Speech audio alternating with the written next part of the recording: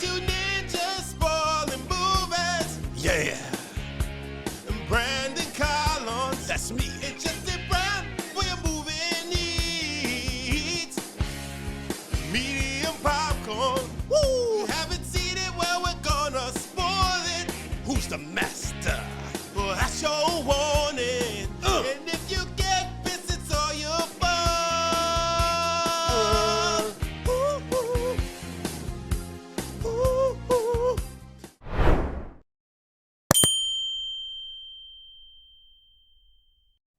Hut.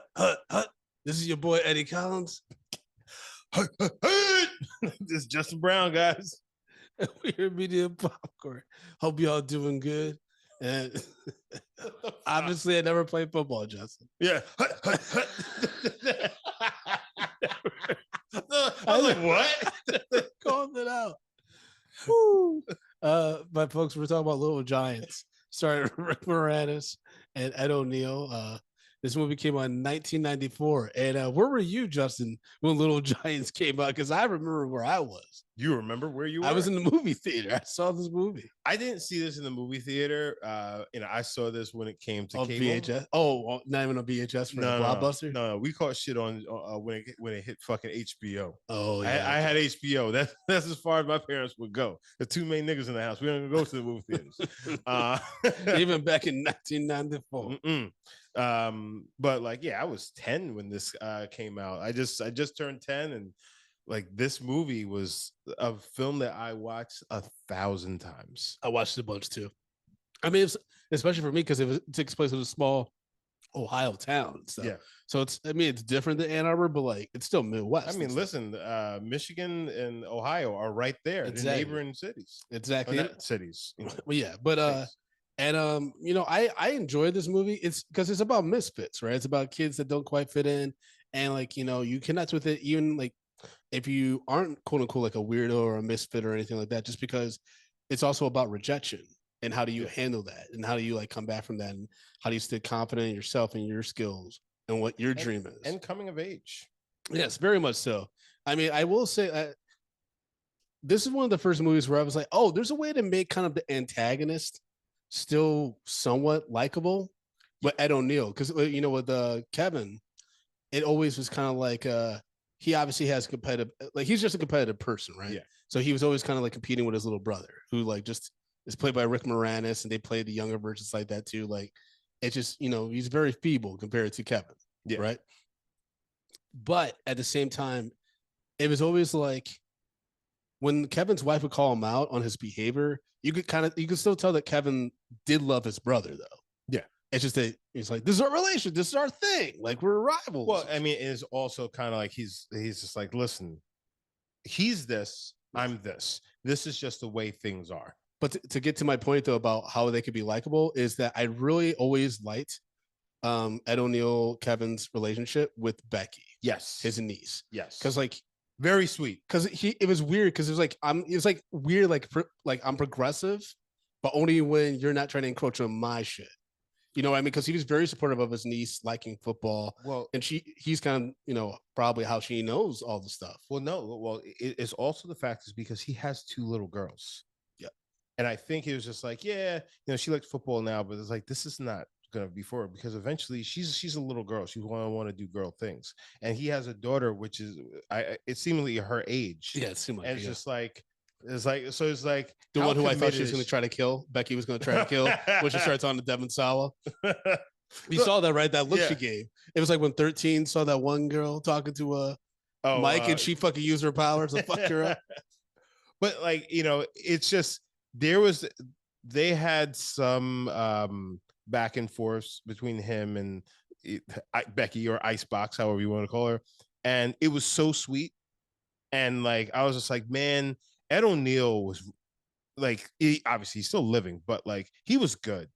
He still good in his film. When he did similar stuff on Modern Family. That's one of the reasons why like I love that show is because everyone felt very genuine as much as they like, tease each other and stuff like that, or like were in terrible situations. You could tell that they still cared about each other. I think Ed O'Neill in his conversation with Becky, like, because even at the end, like when she gets pissed off at Spike, right?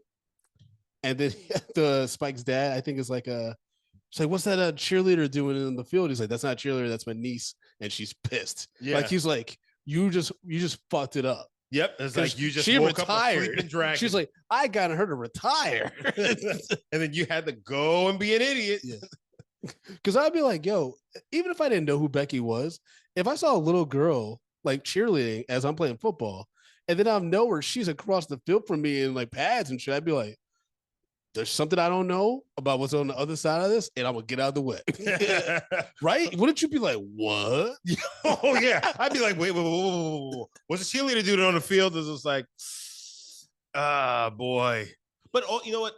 And to Ed O'Neill's character, Kevin O'Shea, is just like he wasn't with the cheating shit. With the dirty play, that father did. Like he says to Becky, when Becky said, like, do you think I'm pretty? He's like, no. It's like, I think you're gorgeous or beautiful or something like that. It's like it's like little things like that which really made that character likable, and you're just like, oh man, fucking. And then he goes from that to Al Bundy.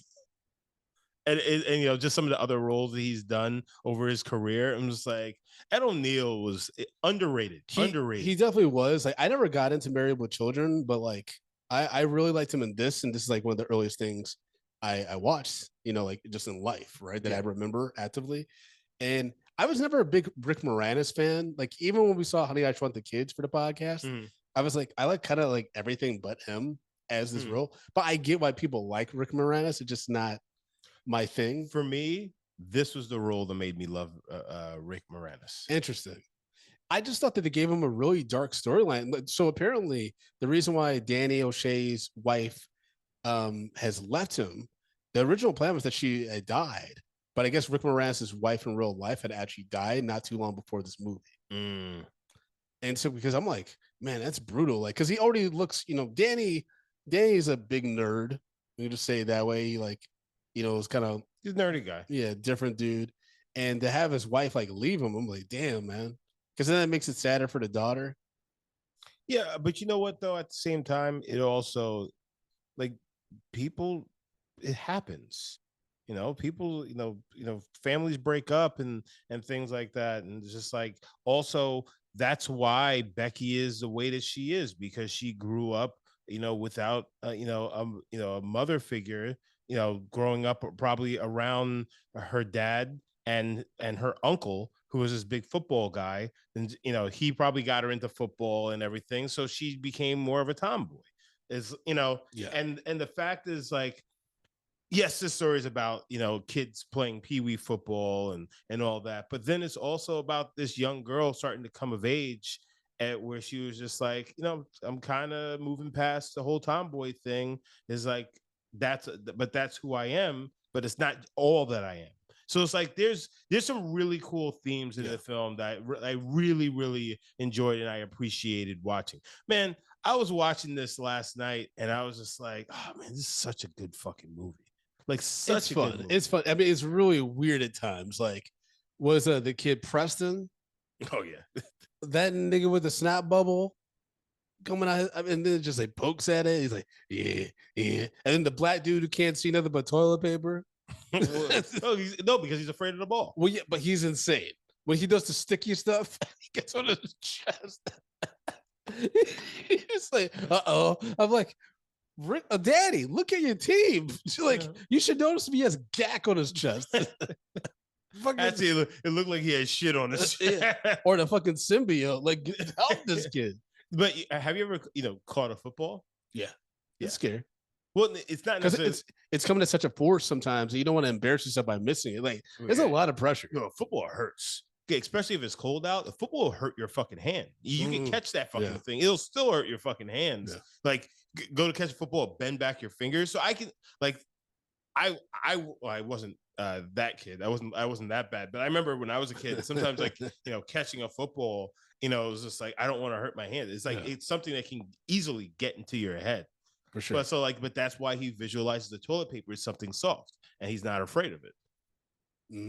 Makes sense. It's like, there's like layers to this shit. Like, if you know football, like, you're gonna be like, oh well, yeah, that, all of that makes sense. Yeah. Did I ever tell you about the time how my grandfather, like I used to play t-ball and stuff like that? I actually liked baseball a lot. I got over it. It was one of the things that like helped show me how to get over fear because I actually used to be afraid of the ball coming at you because I'm like, because I remember I think it was my nana or my mom was like, if you get hit in the head, you could die. I'm like, what? But my papa apparently, he actually confessed this to me. I guess he was trying to like do something with my hands where he would make me a left-handed pitcher because I guess that's a thing. Well, it's not something that you see all the time. Yeah, right. It would make you. It makes you better, special. right? No, it just because if you can throw with your left hand, you have more of an advantage. Because I liked pitching, and so I guess he had this idea. Long story short, I don't know what he did to me because I was a kid, right? But he did something where my left wrist doesn't like bend the right way, and I used to think of this like because. I used to think maybe like I was missing a muscle or something like that. And then I had a doctor. He was like, you might have like had this broken or something like that. I think something happened like, and I also remember my papa was like, yeah, I was trying to make you a left-handed pitcher. And one day I took your hand and then my nana was coming. He's like, I gotta go. It's like, that's the kind of shit. People are always like, why is Brandon so crazy? I get whispered shit like that when I'm like 8. Like, you know what I mean? Like, I hope people understand. I don't mean to be this way. What are you talking about right now? Just like what? So what are we even talking about? Talking about how my papa probably broke my left wrist. No, so he's probably trying to teach you how to throw lefty, and he probably took it a little too far, and he probably wore out your wrist because you were probably throwing all fucked up, and you fucked up your wrist. I don't know what I did. I don't know, but I know after that, my nana did not let him do anything with me. Like I couldn't even watch the car with the man. She was like, "You're like, you stay away from this kid. You're gonna break the brand." This movie does have a lot of charm and like it's just silly. Like when the bus breaks down. And the NBA, it's like John Madden and shit. No, NFL. I heard you say NBA. God damn it. This is the Space Jam. But, when they show up and stuff like that. Yeah, like, so off the bus comes John Madden, Steve Ettman, Bruce Smith, Emmett Smith, and Tim Brown. Yeah. And like, and teach the misfits about football and shit. Yeah. Well, I mean, like intimidate your enemy. No, but, a lot of football is the psychology of football. So it's like, physical attributes play a huge factor, but like also just the mentality. I mean, because like for me, when I played football in high school and, college and such, part of it for me is just like, I was afraid of letting my team down. Yeah. I didn't want to be the guy that fucking blows the game. Yeah. You don't want to be. And those thoughts like that, that split second is the difference between something. It weighs heavy on you. Yeah. So like it heavy on your soul. No, not necessarily. But no, but so like you're not playing in the moment. So you're not playing in the moment. But like piss me off. Yeah, I'll go out there. I'll just run down the field and hit anybody. Full fucking steam. But then I also realized, I gotta be pissed. I gotta play pissed off to play like that. But then again, I play pissed off. I'm not a nice guy when I'm pissed off like that. And it took the fun out of the game for me. So it's like, it's either you got to go full or like it's nothing. But it's all about confidence. So these kids did not have confidence. Well, yeah, I mean, because also they tried out for the team, and Coach Kevin O'Shea just burned the shit out of him. You okay? Yeah. Just so I was just looking at something about the actress that plays Becca. Apparently, she's still out here working. Shauna Waldron. Yeah. I think her character Becky also, because I saw this like when I was like 8. Some of that. I think she's the reason why I was kind of always into tomboys. You know what I mean? Because it was kind of like they dress her down obviously because she's like likes football and stuff like that. But then it's like, but she's still a girl. Like she can look cute and attractive and stuff like that. It's kind of like that's why like the movie She's All That is so insane because they're like Rachel Leigh Cook isn't attractive because she's wearing glasses and overalls. So you're like, yeah, what? Like, yes, y'all can't see past. She didn't get plastic surgery. She's still the same chick. Like, what are you talking about? Yeah. And so I think that's why I was always like, I was like, it's fine if like a chick I'm into like sports or stuff that's not traditionally like feminine or something like that. Like, you know what I mean? It was just like interesting, like how movies have like kind of influenced me because you saw like her team accepted her. No one was ever like on the Giants, at least no one was ever picking on her. And then even Ed O'Neill, Kevin's wife is like, she's better than all these boys. Like, Yeah. And he's like, oh, but it's not a traditional thing. And she's like, who cares? You want to win, right? Yeah. But like, he's It's a 1994. football purist, and he's pig-headed as far as. I laughed really hard when he had that practice at his house and he busts through the window. First of all, that was he was going to kill his wife. She was going to go out the window, right? Yes. The way he was going so hard, and she just moves, and he goes crashing. Like, not even like he hit the wall, like he goes flying through the window. Yeah. Yo, the amount of money they had to pay just to repair that shit, and then he crushed his balls. During the pandemic. Did he say "oh mother"? I think so. Oh mama or something. Oh mama. I remember that was weird as a kid. I remember being like, "That's what you would say." Brandon, you literally say things like that all the time. Yeah, but I don't think I would say that when I crushed my nuts on a tree. I don't know, Brandon. I've heard you say some things at weird moments. What's the weirdest thing I've ever said in a weird moment? Well, I mean, I think the weirdest thing I ever heard you say was you telling me that you masturbate and you drool. I would never say that. Brandon, you never said that? It's literally, you said that on this show. You said that on this show. Never said I masturbate and I drool. You we masturbated and you drool? I was just like, what? wait, what? Not happened. Lluvia in the chat, that did happen. It did happen, Brandon. Listen, y'all can believe whatever you want.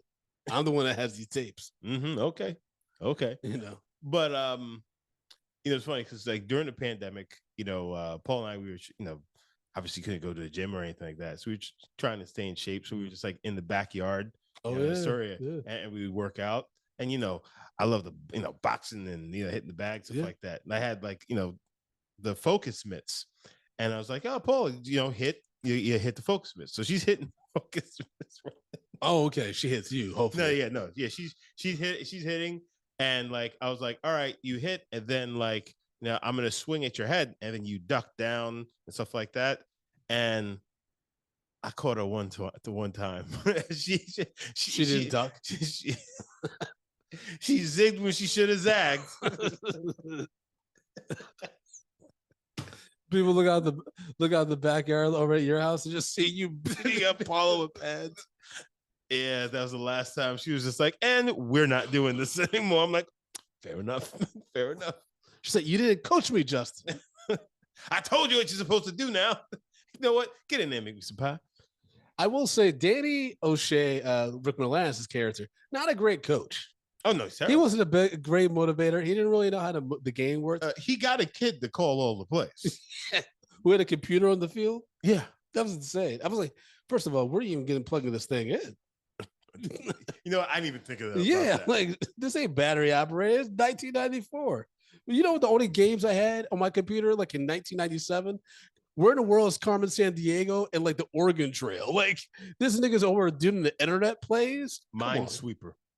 You had the Minesweeper. Minesweeper and Snake. I had no idea how Minesweeper worked. I was just clicking on shit. Yeah. And Solitaire. So God. Remember when Solitaire was like fucking the equivalent of like Legend of Zelda Ocarina of Time at one point? You're like, this is the best game ever. And you're just cards. Oh, baby, I'm almost there. I've been playing Solitaire for hours, man. Yeah. Then I started getting this. I got like Command and Conquer Red Alert. That's when that was like the first like game. Okay. Yeah. Outside of like, like video games, console games. Yeah. That's the first computer game I played. Yeah. This is obviously bringing back a lot of 90s memories, folks. Also, that little nigga came up with a play called The Annexation of Puerto Rico. Yep. Yes, he did. And I was like, what? Like, you in Ohio. What are you talking about Puerto Rico for? Yeah. And also, Danny, that was a new play.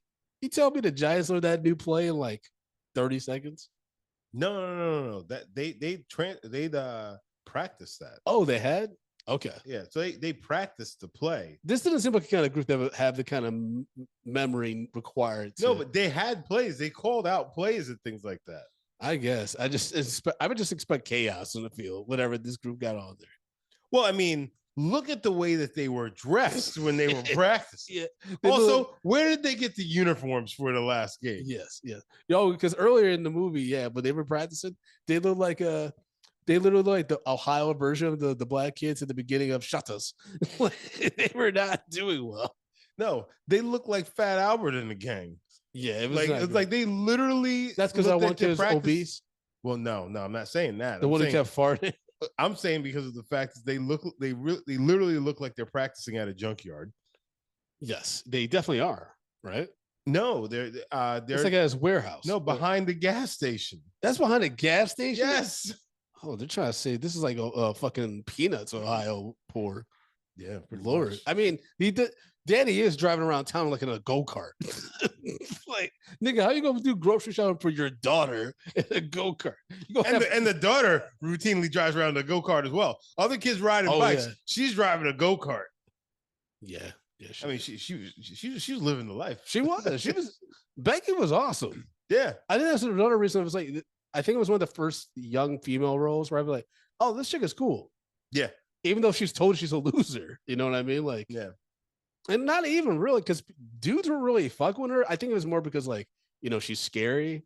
Yeah. And that, like, made them be like, oh, I don't like her, like, even though she is a girl or whatever. Yeah. She's just a tomboy, but she's not a girl that you're gonna go and fuck with because she will punch you in your mouth. Yes. Except for Junior Floyd, played by Devin Sawa. Now, apparently, according to UBS trivia, there was an actor named Jonathan Bulk, who was originally cast in the role of Junior and shot for several weeks with the main cast before he was replaced by Devin Sawa. Devin had just he had just finished filming Casper and was personally suggested by Steven Spielberg. Wow. So imagine you get fired from a role and the dude gets it. It's like, not only does he get your role, but also he came personally recommended by Steven Spielberg. You'd be like, well, I'm just going to not do this anymore. But apparently that actor's still out here working. Well, I mean, on Days of Our Lives and Roswell. Now, other wild things. This movie was actually inspired by a 1992 McDonald's Super Bowl commercial. Super Bowl. And after seeing the commercial, Steven Spielberg is just like, I want that commercial made into a film. And so he basically looks at this as his Home Alone. And that's how this movie came about. Steven Spielberg just had all the fucking pull. He still does. Well, yes, but I'm saying, like, but in the 90s, he was just like, do it. You know what it is? It's also because his connections are deep, and he also keeps up with, like, who's working. Yeah. Like, because I just listened to a podcast where John Chu, who's doing the Wicked movies, who did In the Heights and Step Up 2 and stuff like that. But in Crazy Rich Asians. And he basically said he did a film at USC that was, like, really hot, like really popular, gave him some heat, and Steven Spielberg called him to go visit, like, on a set for a day. Really? Like, so that's how he's keeping up with people, like, who's, like, younger, like, still in college doing this shit. So I can, like, give some mentorship and stuff like that. It's cool. Well, and you know what? That's what you want. Yeah. That's really what you That's want. What I would do. Yeah. Apparently Robert Downey Jr. does something similar to, like, young actors who are about to blow up and people who are clearly struggling with, like, substance and alcohol abuse and stuff like that. It's funny. I was literally just talking about Robert Downey Jr. I was telling Paul about, like, how, like, Iron Man completely, revitalized his career because, and to the point where, they didn't even want to see him. Because of his past transgressions and things like that. She's like, I didn't know that. I'm like, yeah. Really, like, he was on SNL back in the day. Oh yeah, I think only for a season, but yeah, like only for a season. Because that lost season. Yeah. I think Luis Julia Louis-Dreyfus was on that same season as well. Oh wow, yeah, that makes sense. That was a weird time. That was like when that was like right before Lauren Michael came back. Yeah. And I think it was right after Eddie, right? Yeah, because Eddie was only on for a short time. A lot of people forget that. Yeah, I think it was only like 2 or 3 seasons, something like that. But the reason why I brought up Devin Sawa though is because I remember as a kid being like, oh, Danny about to fuck his mom. that he had a crush on, like in high school and stuff like that. I was like, oh, Danny about to. That was like the first time I put two and two together. Like, oh, these adults are going to fuck at some point. Yeah. Also, Susanna Thompson wasn't a bad looking woman at the time. Oh no, she wasn't. Yeah, I would have been in. Yeah, but she has her son is Devin Sawa, who in the '90s was like always the love interest for like female characters and stuff like that, and Becky has a huge crush on him and stuff like that, but she gets like not intimidated, but she gets self-conscious when she sees how he engages with like other girls and stuff like that, who are a little bit more like prissy and like more focused on makeup and stuff like that. And so that's also the thing that I like. This like it's a kids movie, so that, yes, there's juvenile humor, and like as we're older in our 30s, we're like whatever. But at the time, I actually really appreciate this movie. Yeah, no, I like still it touched on a lot movie. of things. Like it, and it was funny. It was funny.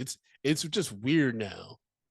Because these kids are like, we should do the Little Rascals movie from the 90s. Now that's going to be because these weren't as unhinged as those kids. Yes. Because at least there's some parents around in this one. But like the 90s with kids, like when they were left to their own devices, they did some weird shit. Yeah, man. Blank check and all. Like, dude, still think about that movie. Yeah, he had no friends. You realize that Preston had no friends. Yeah, that's why he paid his limo driver to be a fucking creep. That's a really wild. But when these kids are like, before Danny agrees to be their coach and shit. I mean, when they got rejected though by Ed O'Neill's team, I'd be in a dark place too. The way he rejected them, yeah, it was like chewing his gum. Was like, all right, good luck next year, maybe. They keep on working. It's just Pee Wee, nigga. Just let us all on. You don't have to start me. Yeah, I don't even have to play. Just let me be on the team, please, Mister. I just want a helmet, please. Look at those jerseys. Oh boy, I dreamt about this.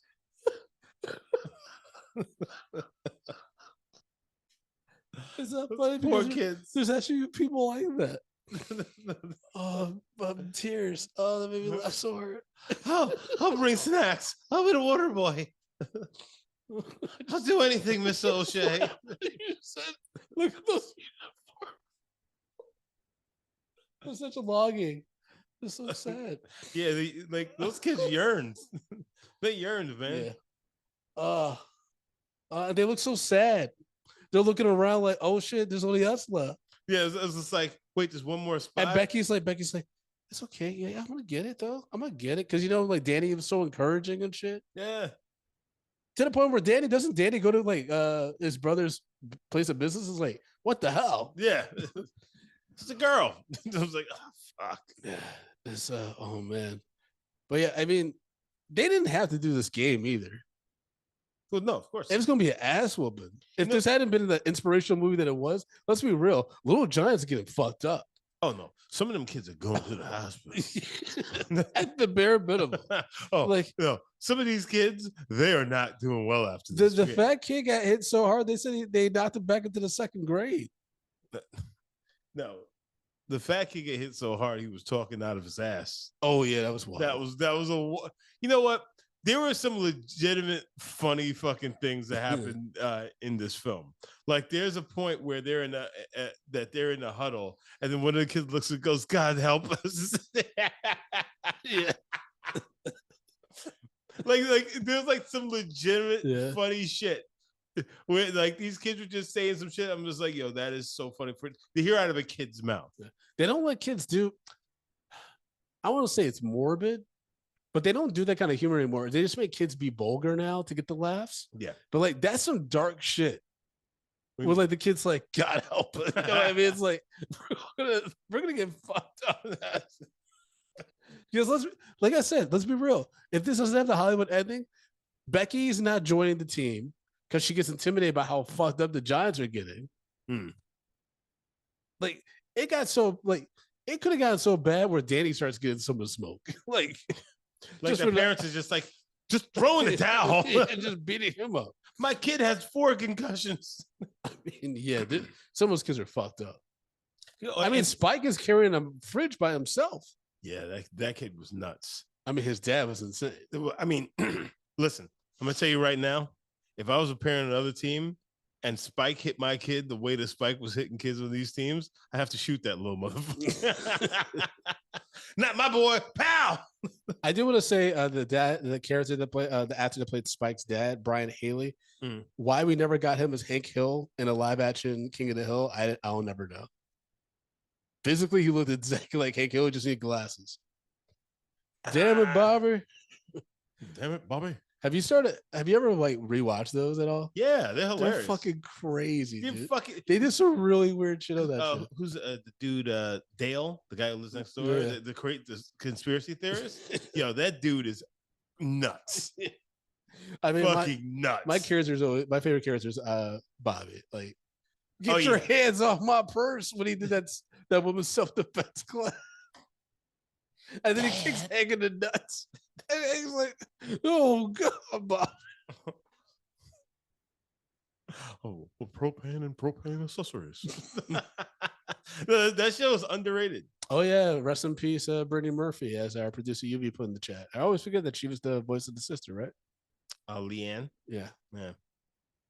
Oh, the cousin. Yeah, the cousin. Yeah. That moves in with them. Yeah. I always thought she was kind of hot, too. Anyways, Little Giants it's funny because there's also some really weird shit in it. And I shared with you and our producer Lluvia this YouTube video that I found that highlights the weirdest scene that as a kid I remember being like, why is this actor doing this? And it's the reason why, like, me thinking about this actor doing this is that my sense of humor, because I think this shit's funny as fuck. Go on. So I'm gonna share it with you all. And folks, if you gotta have to go to our YouTube in order to see what I'm showing, but you'll be able to hear it. You'll be able to hear it. But it's this collection of someone's favorite scene from Little Giants. So Here we go. Now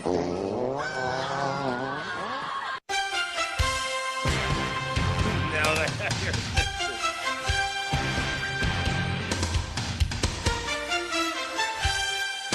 so dramatic.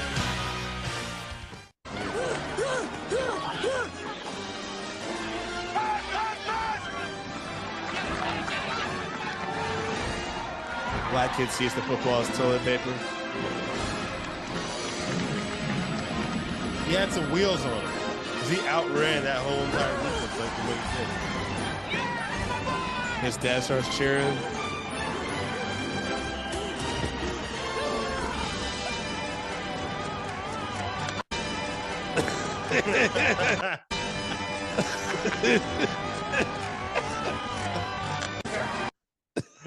So it just showed the father, the black celebrating in the weirdest way. And I remember as a kid being like, what the fuck? Why does he look like that? It's almost orgasmic. And so I just remember as a kid being like, that's weird. Now as a podcaster, an adult, a working actor, that's a choice that gentleman did. That's a choice. And the director's just like, I guess. There's no speaking lines. He's just reacting to his son. Listen, man, you got to take advantage of the times that you have on screen. But I also, if you think about it, it's just like your kid, they literally didn't want him on the team. He drops everything you throw to him. He finally catches his first catch in a game and is for a touchdown. And a game that they're they're losing, and he actually catches a touchdown. Like if that were Jackson and Jackson did something amazing in a game like that, I'd be losing my shit. Like as a parent, your kid does something great, in front of everybody. You're right there. It's just like, and it's like sports heroics. You're gonna go fucking nuts. Got it. So you're just saying I don't know what it's like to be a dad, so that's why I'm laughing at this man's joy. No, not necessarily. I'm just saying this is. I don't think it's that deep. I just think it's the fact is like I could see how somebody could get there, but would I be like that? No. You can see why a dad would have an invisible nut when his son makes that touchdown. Yeah. It's just fucking. That was so crazy. Like you know what? It's crazy, and this is kind of weird. I found because like sometimes. Jackson and Axel, they do something and it's just like I'm proud of it, but it's not like something that like traditionally be like, I'm proud of my boy for doing this thing. And it's like almost I want to cry. It's like this weird thing, but like for me, for like watching that, I can see him scoring like Jackson scored a touchdown and me just almost ready to cry. It's like, oh my god, he caught a fucking pass, and it's like, and it's the overwhelm. You're you so just get proud. overwhelmed. Yeah, just being proud. I get it. But like, so you put that, he probably went to a lot of games too. See, that's the thing. This is the only game these teams have played. That's true. And he's like, he probably saw his son. And he's like, you afraid of football? You think about toilet paper all day. What am I going to do with you? Well, no, because you have that scene where he's throwing footballs to him in the backyard, and he's dropping every single. It was like an Air Bud when that kid was getting basketballs thrown at him by the coach. It was insane. The fact that you brought up Air Bud is insane. I mean, this came around the time of Air Bud. The 90s were a wild time for movies. It really was. They're like a black man can't coach a basketball team, but a dog can play it. Yeah. But yeah, I just wanted to show that clip because I thought about that scene as a kid, and I think about it now, and I'm just like that. Like I said, that's a choice. That's an actor that had the camera on his face. And it's like, I'm gonna give you all. I'm gonna give you 110%. Oh, celebrating is what you want me to do. Let me show you how I get down. When my kids score, I score. I mean, I was kind of like with the water tower turning from the home of Kevin O'Shea to the O'Shea brothers. I'm like, let's calm down. Danny won a Pee-wee game. Yeah, you know what I mean. Yeah, but you know what? That's a town rival. But didn't Kevin win the Eisman? The what? The Heisman? Did you say the Eisman? Hey, didn't Kevin win an Isley brother? He won Ron Isley. I like the way you move your body. What? That's the Isley Brothers song. Is it? Yeah. It's like rappers. It's called Move Your Body. It's pretty. I could have sworn this nigga was singing Outkast. I like the way you move. Because if it were me, which I was about to do, it was like Kevin just going drifting on a memory. You go to the most random song that nobody else knows, which just so happens to sound like fucking Sleepy Brown singing "I Like the Way You Move." Ooh. Oh boy. Oh man, it looks like Becky grew up. Yeah, she looks pretty good. Yeah. I'm looking at these pictures of Shauna. Hey, Brandon. She's still a little girl in our eyes. No, she's a grown ass woman. Yeah, that's what I'm like. That's what's so weird though about like when we watch these old movies, and like, oh, this is the girl I had a crush on, like in a movie or something like that. And then and then you look at her older, and you're like, oh, like she's hot. And then you're like, oh wait, but this is weird. It's growing up is weird. Yeah. So odd. It's like because some of these actresses basically we've grown up with. I mean, bro, Megan Good. I know we talked about her, Christina Ricci. Technically, I mean, she's younger than us, but Journey Smollett. Yeah. It's a interesting industry, but yeah. Well, Lluvia said Natalie Portman was in The Professional. I didn't notice Natalie Portman until the Star Wars movie, Attack the Clones, when they took off her. They started taking off clothes over her for no reason. I was like, well, I kind of like that. Professional, I think it was too. I couldn't see it. I think like for some reason that was too violent for my family to let me watch. Star Wars? The Professional. Oh, okay. Yeah, with that French guy. Yeah. Which we had to put that on the list. We haven't done that. Yeah. And that's a crazy ass Gary Oldman performance. Yeah. But back to Little Giants. Again, I don't think Danny I guess it's a small town, but I don't think Danny deserves. Also, if it's a small town, can they afford to change the name on that? And also, is Kevin successful in his car dealership? Because it's a pretty small town. You think everyone's just going to get a car from him? How many cars can this town buy on a yearly basis? I'll just say this. Probably during the pandemic or actually in the financial crisis in 2008, his car dealership probably went under. Yeah. Yeah, Kevin's in a dark place right now. Yeah. If he's still alive in this fictional world. I mean, the way he's going crazy over, Pee-wee football. Oh, yeah, he had a heart attack. Earlier. He's one of these dads died by the time that the kids got to sophomore year in college, for sure. That's fucking That's dark, but it's true. The stress that they both were under, like Danny is like, he feels like the joke of the town. That's sad, dude. That weighs on you. I mean, but and you're raising a get kid, the hot chick, and you're raising. I know, but you're raising a kid, and like she's kind of like getting shit on and stuff. Yeah, it's a tough existence, and then everyone loves her brother, who actually, by the way, Kevin. I wouldn't be surprised if there was like a dark subplot where Kevin's like a shiesty dude who's like robbing the town blind at this dealership. Like, obviously, that's not how Ed O'Neill played it or how the character actually is, but in these kind of small towns, you can take advantage of that shit. I mean, true. I mean, it's true, and like he's beloved. Yeah, he'd be that's how that shit always like a young Mr. Burns. But Montgomery, no one ever liked Montgomery Burns, though. No, but that's what I'm saying. It's like he says that like he could do anything he wants. Oh yeah, he's like the made man of the town. Oh yeah, like once well, let's say the daughter, when she gets to teenage years, let's say she kills a person, they can cover that up. What is this, the judge? Yeah, man, I enjoy watching this movie, but I kind of wish there was a little bit more. I kind of wish we spent more time with the other kids too. Obviously, I understand why Becky and the brothers are like the focal point, but it would have been cool to like learn about a little bit more about each of the kids and just like why they really need it. It's like, obviously we know that one kid, his dad was never home.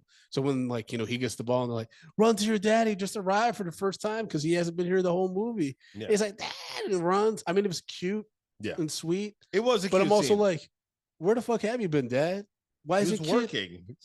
Just because he had a suit on? Nigga, I bet you that guy was unemployed and it's 1994. He was at the coffee bean all day. He's at the horse track. He's at the OTB. That's a dark version. Like, I'm just like, this, just sitting at the horse track in a suit with a briefcase that has nothing in it. Telling his family he's traveling. Come on, lightning shark. Come on, lightning shark. He's got the receipts in his hand.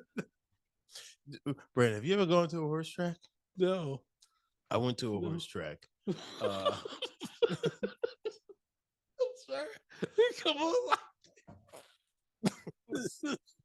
I went to a horse track maybe about like a month ago. And to see those people out there, it is everything that you think. Really? There are the degenerates. Oh boy. They are crazy? Glued to the screen watching those horses run, or they're like hanging over, just like gazing at the horse. They're like walking around, just staring at the horses. Like, I think Lucky Pageant's gonna have an amazing day today. Look at his legs. Look at his legs. Yo. And there are people that bet on like Pee-wee games and shit too. Listen, gambling is a problem these days, especially with DraftKings. Yeah, listen, well, they're never going to sponsor us now. I'm gonna tell you something right now. What's up? What's up, bro? When you hear niggas call the horses the ponies, that's the degenerate game. What you betting on? I'm going down to watch the ponies run. Like, yeah. How many toes do you got? How many fingers and toes you got? Another cut off one. So, sorry, I just laughed so hard. I don't know where we are. I don't know. Where are you talking about cutting off toes? No, because it's talking about the horse. The ponies. Yeah, because the kid's dad was actually, that would have been a really, if I got the opportunity to reboot this, I would definitely have a gambling villain.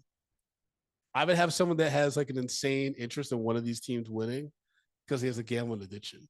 Well, I think that's such a dark, funny old men. They are gambling on it. They're gambling work at that shop they were at. Yeah, if you could have one of the brothers actually be the one that's the gambler.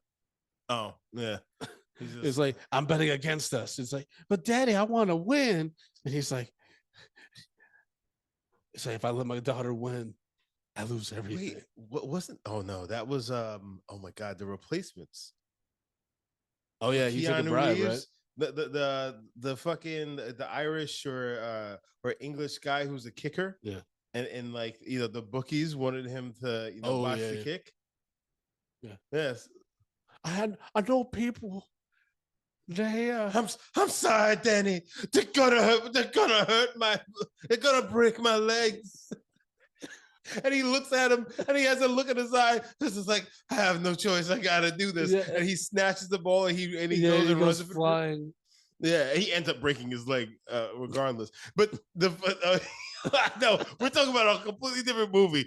But we did that movie. Yes. But it will never not be funny to me that at some point he looks into the stands and the guys stand up and they start cracking their knuckles. Yeah. I'm like, nigga, it's really? Like, even less conspicuous? Yeah, because I'd be like, if I'm a camera scanning the audience to make sure like there's no signals or anything, if I saw that, I'd be like, oh, well, that's something. Yeah, it's like, hey guys, bet the other way. Oh my God. But yeah, like I definitely can see them rebooting Little Giants. It's just, I don't actually, you know what? I don't know if they can, because that's one thing I think that the 90s did really well was that kids failed. Yeah. Like kind of hard. You know what I mean? Like, it's not like oh, you didn't pass this test, or like, you know, you chicken out and asking this girl out or something like this. Like, no, there's like real rejection in the 90s. Well, and also like you got teased for it. Like kids, like just like in real life, they don't let you forget. Well, all that stuff that was getting watered down, or like, you know, parents, and I get it, like parents want to protect their kids at all costs, right? And that includes being teased and all this stuff. But at the same time, it's kind of like that's the stuff that gives you the character, though. That's the stuff that gets you to where you are. And there's some trauma I think you do need. Obviously, there's some trauma like you don't need, like no one should ever have in their life. Yeah, of course. But I do think like if you're not accepted as like a mainstream, you know, mainstream ideals and stuff, and you get teased or whatever at school, I actually think it's better for you. If you can get through it. Yeah, because it all depends on the support system you have at home, and like how you interpret stuff. Because I'm also out of my mind. I'm like, I want everyone to like me. So when I did get teased, it was like personal. It was like, what can I do to get you to like me and not tease me? Instead of just being like, oh, you're doing a joke, let me do a joke back. You're like, you know what I mean? I don't know. That's why roast battle it's hard, man. I was like, it wasn't even that bad. It was me and Charles McBee. Shout out to Charles McBee, Midwest comedian and stuff. And we did the roast battle, and it was like little tapping each other and shit. Yeah, see, I'm just mean. Yeah, I'm gonna go at you. Yeah. You know what's funny though, the roast battle? So I wrote a bunch of stuff, and I had some friends in the show help me write some burns too, right? I had one thing where like Charles had dressed up as a mermaid. And so I had a bunch of copies in my pants, in the back of my pants. I was going to hand out to the audience and make a joke about it. I never made that joke. So the whole battle, I just have these pictures of Charles in my pocket. Just never used it. You know, that's also a really crazy thing to just present to audience of people. It's like, hey guys, here's a picture of this guy dressed as a mermaid. Ain't that funny?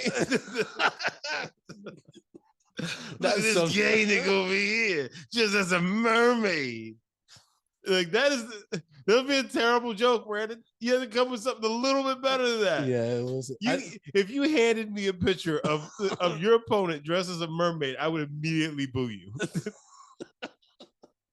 But also at the same time, like I said, I just get mean. But that's why I wouldn't want to do those roast battles, because I as sometimes, you know, as mean spirited sometimes I could be, I never really want to be mean spirited to really hurt somebody's feelings. Yeah. And it's just like when someone's coming at me, it's just gonna get a point where I'm just like, well, there's no other choice here. And then I get mean, and then it's just like it doesn't feel good to me. It doesn't feel so good. I have no other choice, but I got blasted in the face now with my jokes. Okay. Speaking of being blasted into space or in the face, break down our rate system, Justin. Jesus Christ. All right, guys, you know how we do this. We rate movies. They don't know how they do this. That's why we remind. Hush your face. Hush your face. Hush it.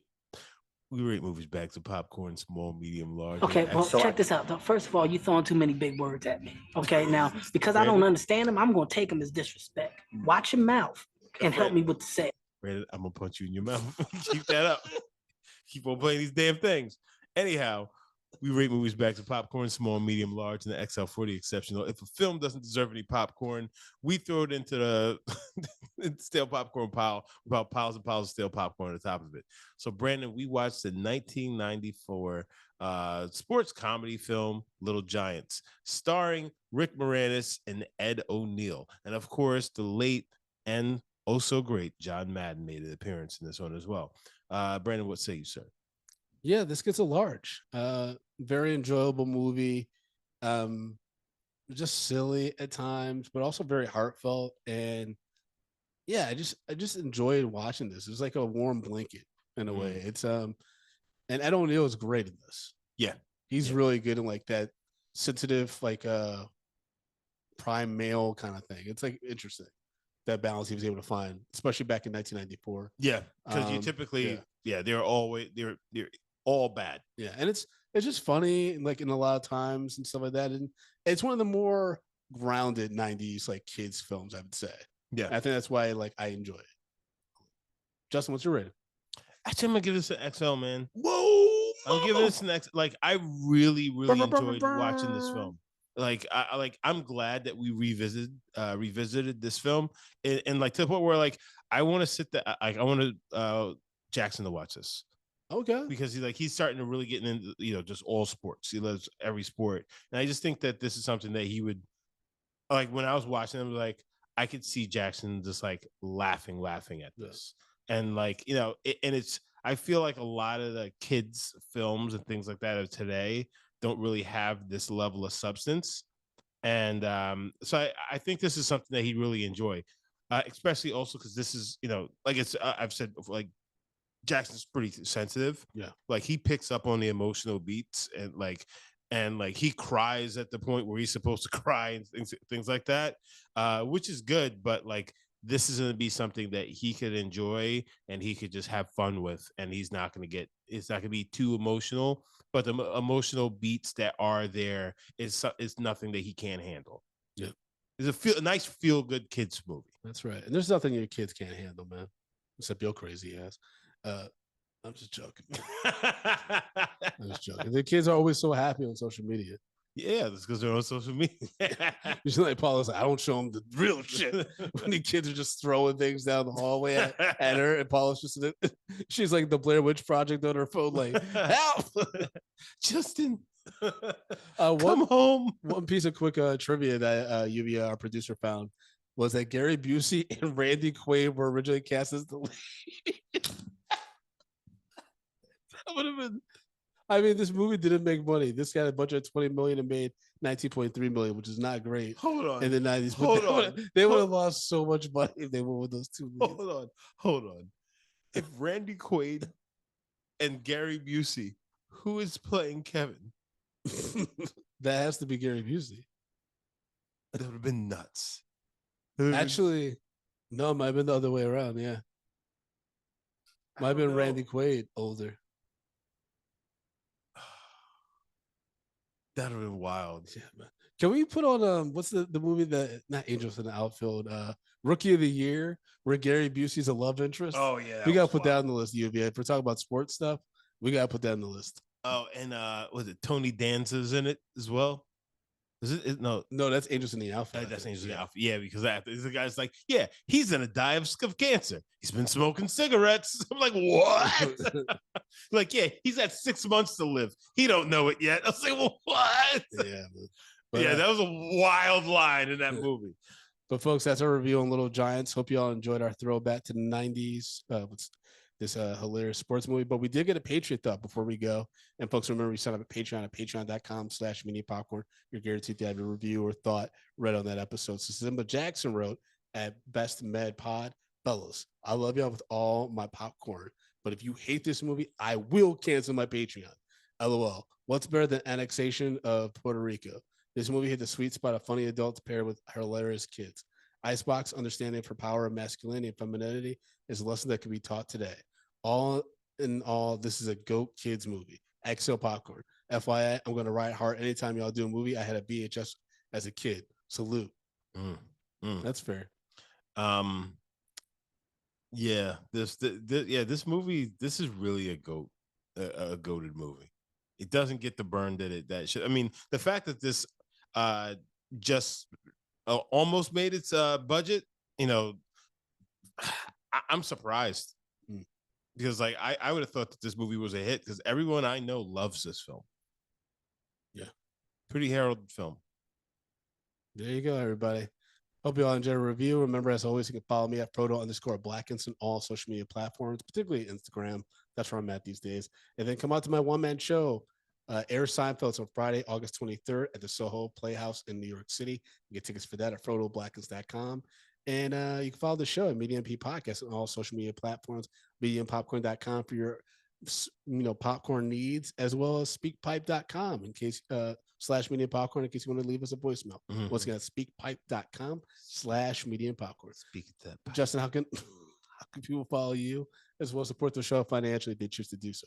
Guys, you can follow me at J Brown Did It on all the socials. But if you want to support this show and make it amazing, why don't you take yourself over to patreon.com/mediumpopcorn. We have $2, $5, $10, and $15 packages. Our entire backlog is on Patreon. We got a bunch of bonus episodes. We got mini shows. There's just so much content on Patreon. So if you love this show and you want more, you got to take yourself over to patreon.com/mediumpopcorn.